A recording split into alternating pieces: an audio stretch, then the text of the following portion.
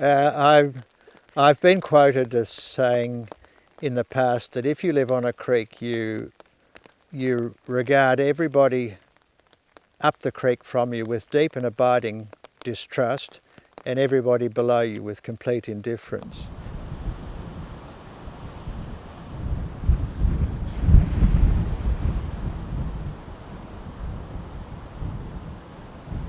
This lake is only fed by one creek, which is the Whare Creek. And if the water doesn't come down there, there's no water in the lake. The whole town relies on the lake. When the water came back, the people came back. Everybody was happy, the businesses were doing well, everybody was, the farmers were happy. Now the water's going down again. People are slowly, drifting to the way they were before, thinking, oh, it's dry, it's going to stay dry for years, what are we going to do?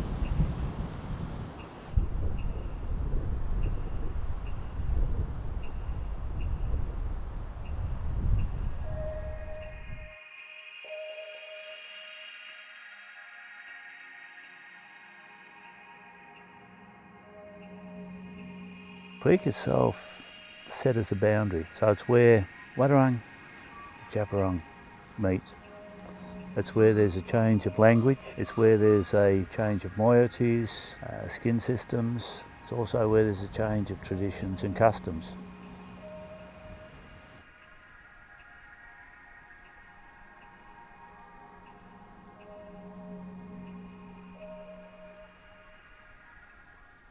September 23rd, 1836. This morning's fog was succeeded by a fine warm day, and as we proceeded, we saw two women and their children at work separately on a swampy meadow, digging in the ground for roots. We travelled long within view before they observed us. All carried bags, and when Piper went towards them, they ran with great speed across the vast open plains to the southward. The ground was becoming almost hopelessly soft when we reached a small run of water from the hills, and by keeping along its bank, we had the good fortune to reach an extremity of the range where the solid granite was as welcome to our feet as a dry beach is to shipwrecked seamen.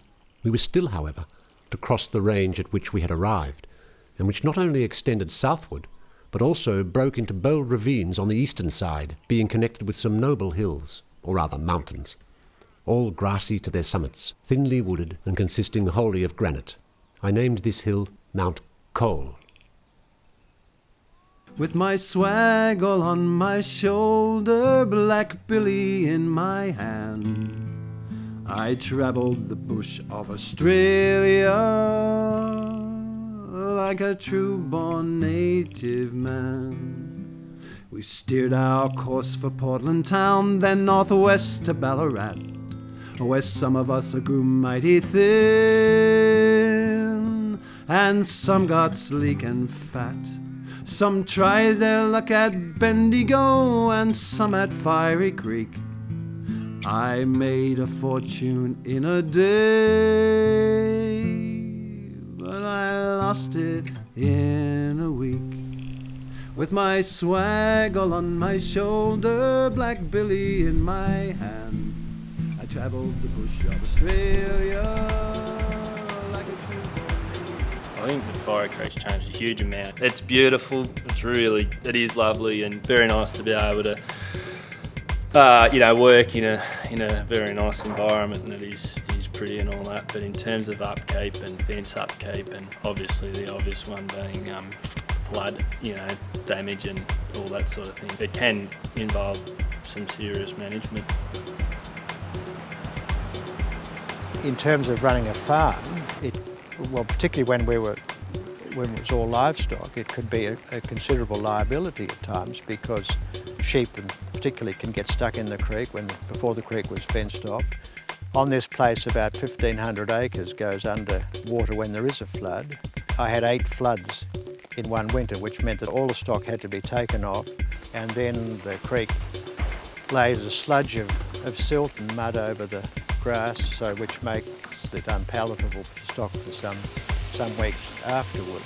What we do impacts further downstream, and we have to accept that, whether we like it or lump it, and people downstream also have to accept that we have to make a living and live here too. But I think we do have to respect the fact that what we choose to do up in our little section of the creek does impact the community as a whole. The saying always is it's difficult to be green when you're in the red, and we have to sort of every decision we make, whatever we spend money on, we have to weigh that up against debt repayment or whatever it might be. Well, I agree with Edward 100%. It goes well down the line, and when other things are taking priority.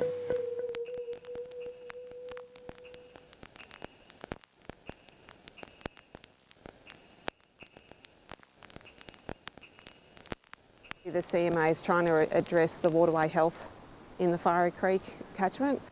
The health overall is in probably an average state in most cases. There are some sections of really good vegetation, but those sections are relatively small. The upper reaches in particular were quite degraded. There's quite a lot of weed cover in those areas, and that's where we've had quite a lot of focus for works. We've obviously had a few people that we haven't been able to get on board or convince to do works, which would have been ideal. The main weeds in particular in those upper reaches were gorse and willows. We are trying to establish a regenerated creek system supporting as many vegetation types and habitats that we can possibly provide within the limitations that we are currently working within. And the main limitation being that once vegetation has gone into a degraded state, it is extremely hard to rehabilitate that to what it was, and which is very rarely ever possible. So looking for the best outcome possible is to revegetate, to rehabilitate, look after the areas that we've still got here which are in good condition.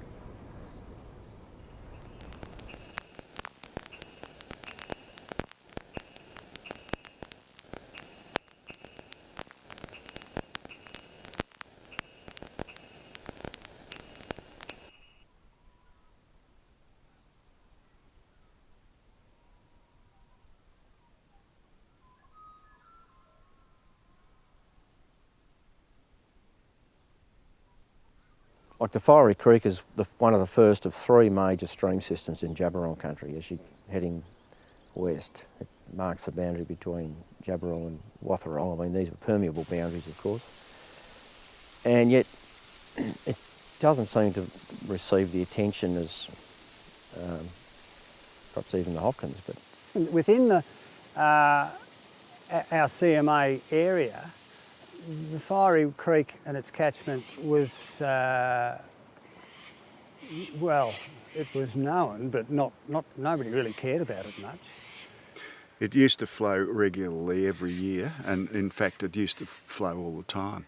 And well, it just doesn't anymore. In the 1982 drought, it stopped flowing for about a month, but the entire course of the creek was full, whereas in this dry decades, the last 20 years, the creek stops flowing early in summer, and then the water in the holes drops quite quickly, and so you end up with a series of pools along the course of the creek. Now that wasn't ever the case in the 50s, 60s and 70s and 80s.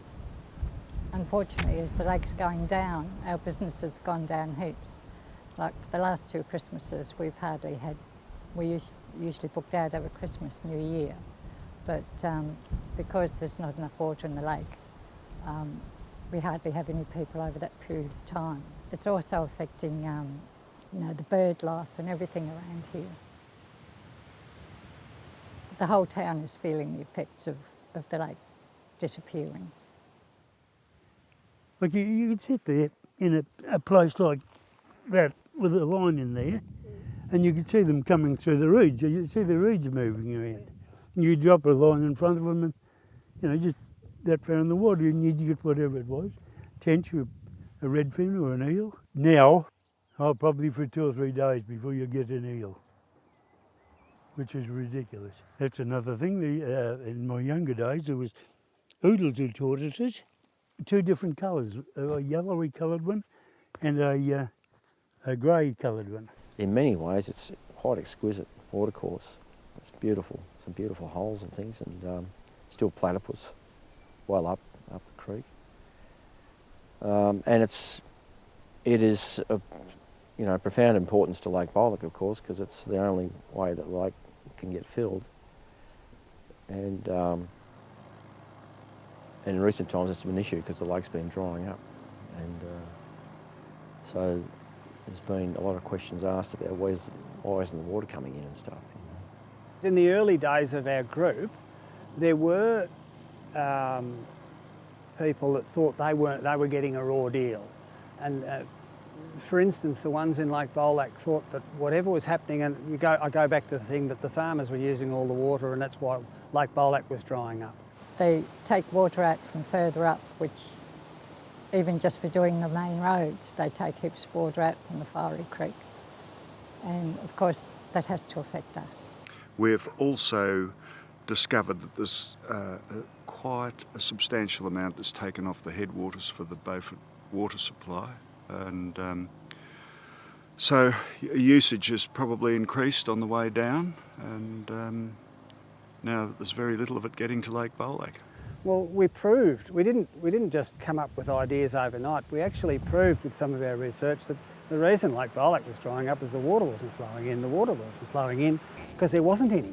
There just wasn't enough water. Farming practices had changed. It's definitely a contributor, because with modern agricultural practices, the water's conserved in the land instead of running off. Water infiltration through the soil is much bigger in the cropping enterprise, and we've seen our dams all dry up, and even in normal runoff events don't happen for us anymore from the cropping paddocks. Yeah. See, even the block we're on, there's only about 80 acres of that ever been ploughed when we came there. Well, there's a gully just below the house, and I used to get on the pony to bring the milking cows across, because you'd be wet up your waist to wade through it, and that used to run like that for weeks on end, and I think it's flowed twice since. That was about 30 years ago. The landscape history of the Fiery Creek catchment is really interesting. So about 5 to 8 million years ago, there was a period of earthquake activity through that area, and then there was a whole series of volcanic eruptions going right through to quite recently that basically flooded the landscape with basalt and filled in a lot of the original irregularities. So you end up with this big, more or less flat volcanic plain. And so the current course of of Fiery Creek across that plain is really determined by the irregularities in the basalt landscape. The groundwater in the basalt feeds the creek. So rainwater falls on the ground, and then it seeps through the soil very slowly and ends up in the groundwater. And as it seeps through the soil, it's subjected to evaporation and also water use by plants. There's a series of springs along the creek, and these are where groundwater seeps out of the basalt into the creek. The impact of cropping in the whole district has been enormous. The rise of cropping. Cropping's been seen to be more profitable, and in many ways it's easier to manage than to manage livestock. Cropping areas have sort of gone from being very intensive with a lot of tillage to no till, really providing the ability for one labour unit to sort of manage a couple of thousand hectares of crop, whereas the equivalent in livestock would probably require 3 full-time employees, sort of thing. So with declining labour availability and increased profitability from cropping, it's been difficult to say no for a lot of people around. Cropping aims to produce a highly productive monoculture. It's not about biodiversity, it's about productivity. And these are two extremes on the one continuum. Where you have high productivity of a single species, you don't get a high biodiversity. And it's a good way to produce food for the world. And Australian farmers do it really well.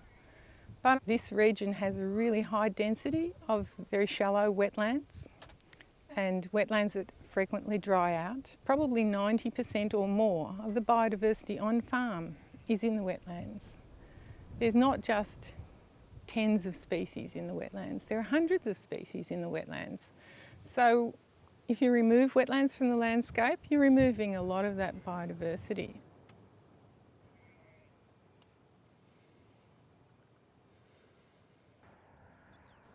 This is my mum's country, my grandmother's country, my great-grandfather's country, my great-great-grandfather's country, and I can go back over 1,000 generations. This is their country. They give me my identity. This creek, this Yallock, defines who I am. Because this is the edge of my country. If I go over that side of the creek, I'm on Djab Wurrung country. Well, my granny's land came from the, right down probably to this area from Mount Williams. When I cross a boundary and I cross the creek, I pay my respects to my ancestors, and I pay my respects to the land when I cross that into my boundaries. And I always do that. That's me. And that's the way, as I appreciate it, every part of a bit of land I walk on is sacred to me. Fiery Creek extends all the way up to Mount Buanga. Just beside that is a place called Langigaran. That was an important meeting place. To get there, families down this way would follow the creek along. The creek provided food, water, medicines. We knew where the creek went. So we knew if we followed the creek, if we've travelled along it, we would get to the destination we wanted to go to. So, it was a source of food. When you imagine this creek at its full, it probably wouldn't have been dried like this. See, there's duck life and everything on there. If you want to catch a duck, you put a net across or make a sort of a net and get the wommer winding, and the ducks will fly low and they might fly into the thing. So we have along here the water ribbons. You can just reach down into the water, get down below the mud and the rocks, and you pull the water ribbon out. You can wash those off in the water, wash the mud and the dirt off them, and you just put them straight in your mouth and eat them. Beautiful food. That's the part there. It's a great vegetable.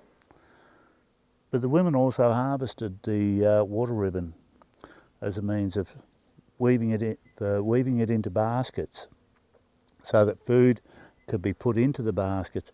The baskets could be put into the fire, covered up with dirt and allowed to steam and cook the food. See the sap on the side of that tree there? See it? Well, that's wattle gum, and it's good to keep your appetite. If we go out hunting and we see a lot of gum, well, that'll keep us chewing and nourished, keep us going for a while. You've got rushes over there that were used for weaving. The seeds were used for grind into flour to make damper. So if I cut that there like that and then come around and did the same thing, and then I tap it, and then I get a stick of something on it and it'll pop out, and there's my coolam already made. I don't have to put it in and wet it and bend it. So you take it out like that so it's already there, like on a big tree. I remember some people saying one day, "Oh, what do we do if we ever run out of food?" I said, "Oh, just come up to my camp, up my country." I said, "We've got a supermarket."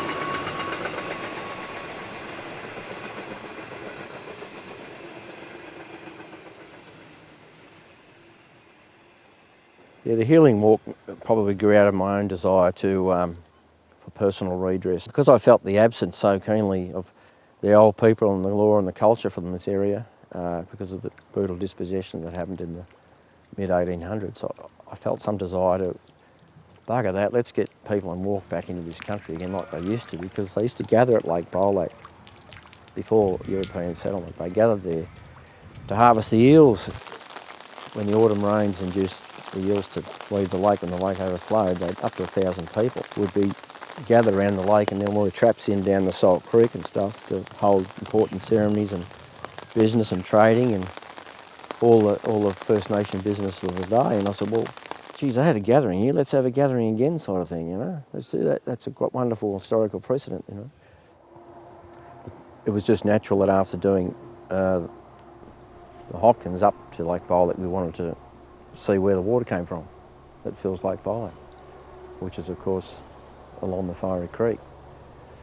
So in 2006, we went up to Mount Buanga there and above Raglan and found what we believed was one of the tributaries anyway at the source of the Fiery Creek, and Ted Lovett set us off from there.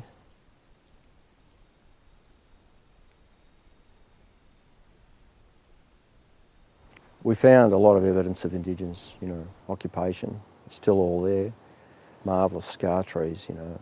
Any landholder that's got them on their property, they should be preserving these things, you know. It's the true history of Australia.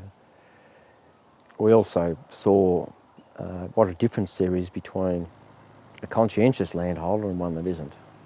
It's pretty obvious when you walk through the boundary fence, and sometimes it's like chalk and cheese, whereas a conscientious landholder usually tries to preserve and maintain, you know, a percentage of his holding, try to maintain the natural ecosystems that live there, and whereas someone who doesn't care just sort of flogs the country, and you know, we found dead sheep in the creek and things like that, and it just really open drains virtually.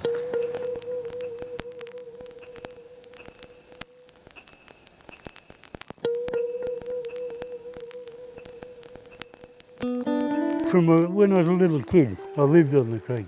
In those days, you didn't sort of hang around the house, right, get out of here.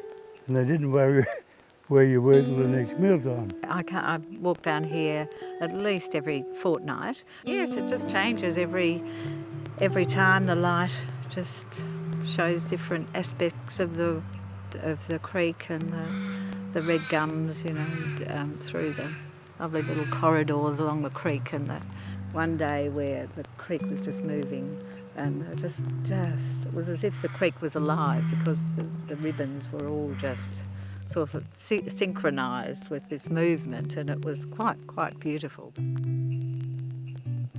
I realised that most of my life had been spent beside waterways. But whether that influenced what I do or what I believe in, I'm not really sure. But I think your parents might give you principles, and I'm sure that my mother gave me a lot of principles about the land and leaving it, trying to leave it better than you might find it, or looking after it where others might not. Aboriginal people have told me it's still your country. You've got to sit down in it and it will teach you. So the process of walking is an extension of that. It's actually of learning and listening and watching, and the land then teaches you what you can do, how to survive in it. By doing that, you develop a connection, because you start to realise, well, I'm part of the land now. I'm part of this, everything, the trees, the birds and animals. Humans are part of that. We're not separate to it. And when that concept's there, then it changes the way you look at the land and changes the way how you perceive it. And you just can't take, you've got to put back. You just can't, you know, so that would change the way you manage the farm, for example, if you have that consciousness. When we went looking for swan eggs, we were only allowed to take one egg out of that swan nest. So, you know, we all had our limitations, you know. Don't over-colonise us, you know. We've got beautiful country, but we're getting bigger and bigger. So in our time, you know, we had 10,000 of our mob on the Mara country, and that's a big mob. But you have a look at the things that said, you know, like from the Grampians right down to fed all those people, that rivers and creeks and that fed all the people right down to the coast. And that's the thing about it. You always think of what's there. Never overkill or never overtake. Take what you need. It's important that people understand what part the creeks and the waterways play in our daily lives. Without them, we wouldn't survive. So people have to put a lot more value into what we have. The biggest change is that growing of cereals or pulses or whatever uses more water, and yes, we've got less rainfall. But if the landholders want to stay profitable and be here to help do some of the other things, we've got to work with that.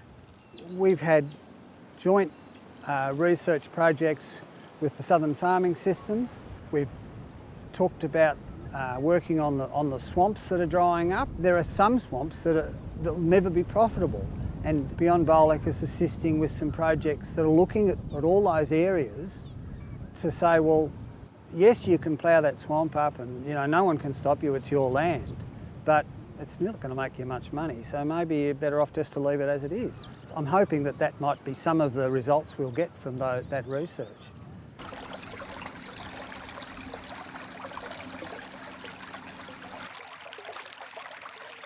If there are voices and if people are listening, then there isn't a disconnect.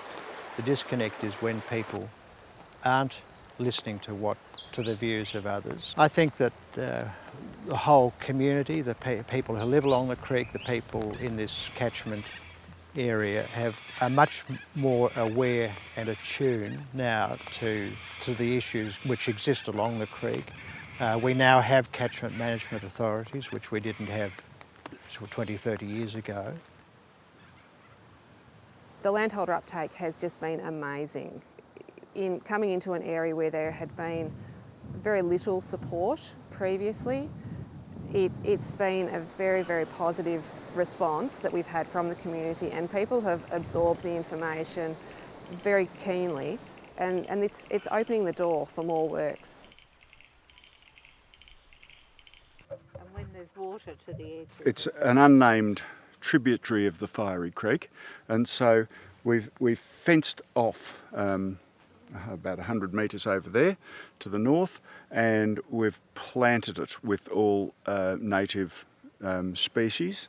It's a very difficult thing to explain, the satisfaction you get from having improved the aspect of the land, I think, and looking after it, not cutting it down. So I think everyone likes to nurture something, or at least nurture what's still there, prevent it from deteriorating. But and everyone finds, I think, some way of, people talk about spirituality and meditation and so on, but everyone finds their own way of finding that and finding that space. I think the changes that are occurring now, right along the creek length, have greatly increased landowner awareness of the creek and of its significance, and of a general desire to do the right thing by the creek. People would probably always have wanted to do the right thing, but they may not have been as aware as they are now of the significance of what they do. It's a strong country, and it's regenerated itself.